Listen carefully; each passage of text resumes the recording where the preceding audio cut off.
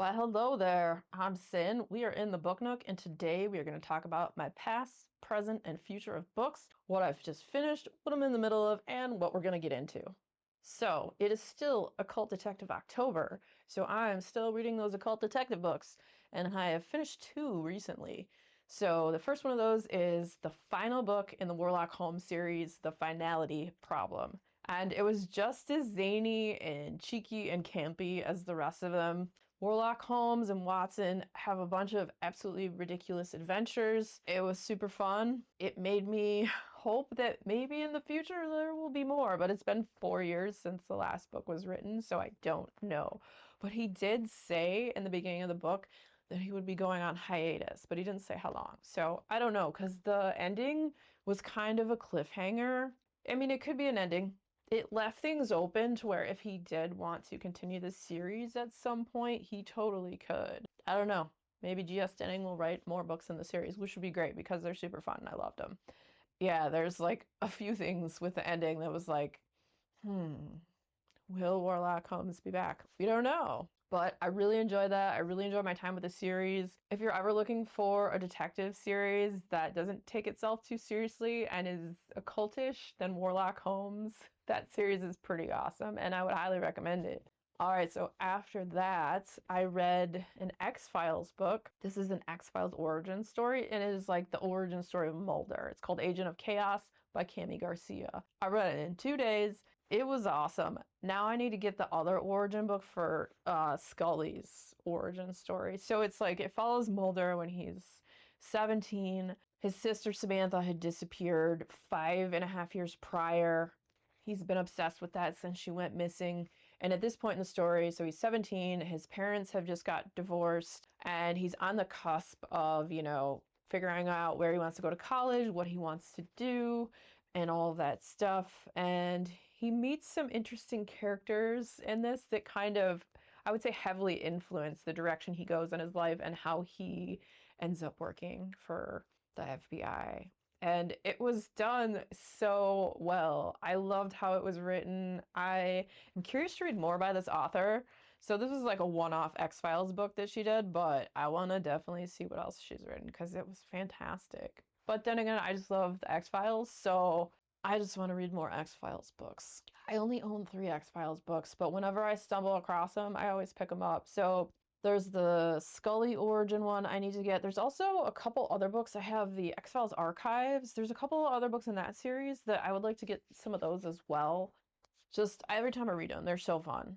So those are the 2 I finished recently for Occult Detective October. Now, what I'm in the middle of, that is, it's over here, We Used to Live Here by Marcus, I don't know how to say this, Klewer? Klewer. Klewer. I'm probably butchering that last name. Sorry, someone tell me how to pronounce his last name. So, this seems like a weird haunted house story, and I'm wondering if it's gonna have some like weird House of Leaves vibes. Maybe, maybe not. Okay, I'll tell you what like has happened so far, but first, there's just a little blurb that kind of like gives a movie comparison in here. So it says, Get Out meets Parasite in this eerily haunting debut. It's also going to be a major motion picture, so that's cool. I'm enjoying it quite a bit so far. I was immediately pulled in. It follows this queer couple. Their names are Eve and Charlie, and they basically flip houses. So they move into this house, and it's in Oregon and like backcountry, and it's kind of secluded.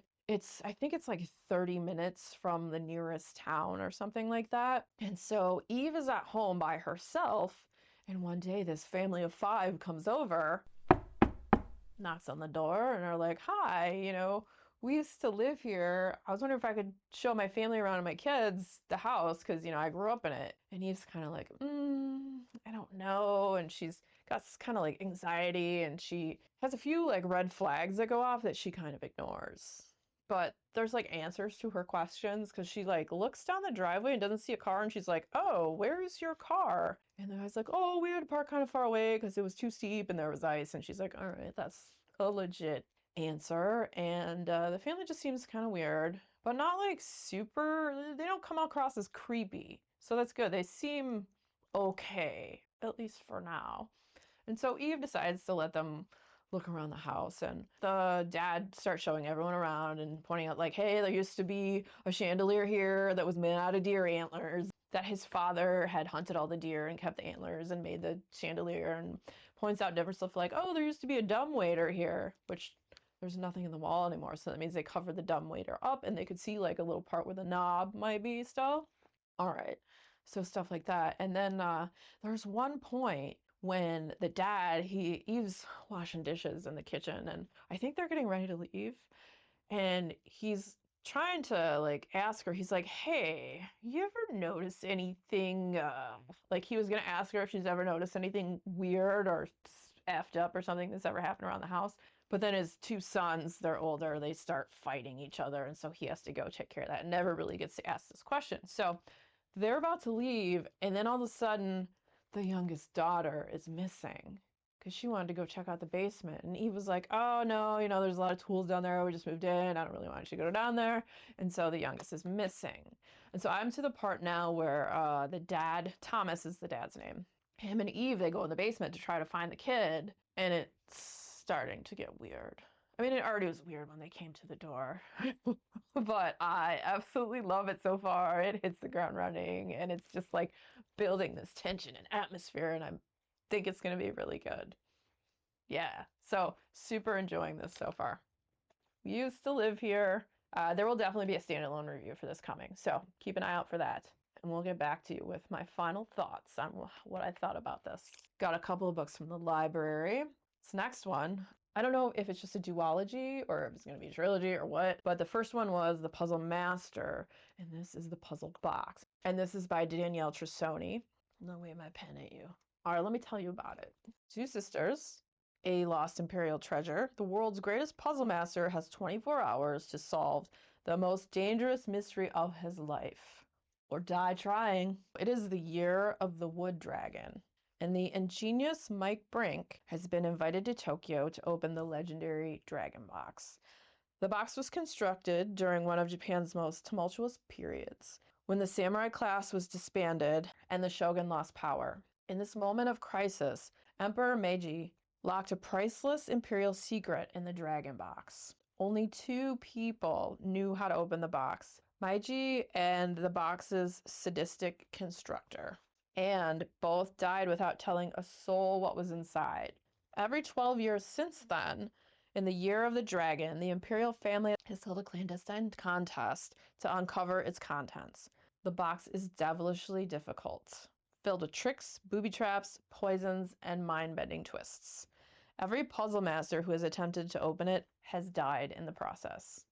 But Brink is not just any puzzle master. He may be the only person alive who can crack it. His determination is matched only by that of two sisters, descendants of an illustrious samurai clan who will stop at nothing to claim the treasure. Brink's quest launches him on a breakneck adventure across Japan, from the imperial palace in Tokyo to the pristine forests of Hakone, to an ancient cave in Kyushu. I'm sorry if I'm saying these words wrong. I apologize. In the process, he discovers the power of Meiji's hidden treasure, and more crucially, the true nature of his extraordinary talent. Dun dun dun. I don't know why I said dun dun dun. I think that's going to be a lot of fun to read. I really liked the first one. The first one was intense too, and I think he almost died in that one because there was those crazy people that were involved in some puzzle he was supposed to solve with some lady who was in jail, and they thought she was crazy, but she wasn't. I don't know. I don't remember. I remember like vaguely what it was about, and I remember that I liked it. I don't know. I don't think I have a standalone review for that one. If I do, I will link it down below, but I think I had that one as part of a recent reads video, and I didn't do a full standalone. So we'll let you know how this one goes. After that one, I have a nonfiction I want to read, and that is The Bookshop, A History of the American Bookstore by Evan Friss. And I love reading books about books, so I read a couple pages in it and it sounded quite fascinating, so I thought I would pick it up. Bookstores have always been unlike any other kind of store, shaping readers and writers and influencing our tastes, thoughts, and politics. They nurture local communities while creating new ones of their own. Bookshops are powerful spaces, but they are also endangered ones. In the bookshop, we see the stakes. what has been and what might be lost. Evan Friss's History of the Bookshop draws on oral histories, archival collections, municipal records, diaries, letters, and interviews with leading booksellers to offer a fascinating look at this institution beloved by so many. The story begins with Benjamin Franklin's first bookstore in Philadelphia and takes us to a range of booksellers, including the Strand, Chicago's Marshall and Field Company, the Gotham Book Mart, specialty stores like the Oscar Wilde Memorial Bookshop and Drum and Spear, sidewalk sellers of used books, Barnes and Noble, Anasan Books, and Parnassus. The bookshop is also a history of leading figures in American bookselling, often impassioned eccentrics, and a history of how books have been marketed and sold over the course of more than 2 centuries, including, for example, a 3,000-pound elephant who signed books at Marshall Fields in 1944. I mean, I would like a book signed by an elephant or an elephant painting. I always thought that was kind of cool. So yeah, the bookshop should be a very intriguing read. I'm looking forward to that one. I'm going to be getting into more of We Used to Live Here tonight. I'm super excited to dive back into that and see where that one takes me and what weird places we shall go. So if you are a fan of videos where I talk about multiple things I'm reading or have read, the next video will be about that. So stick around, check it out.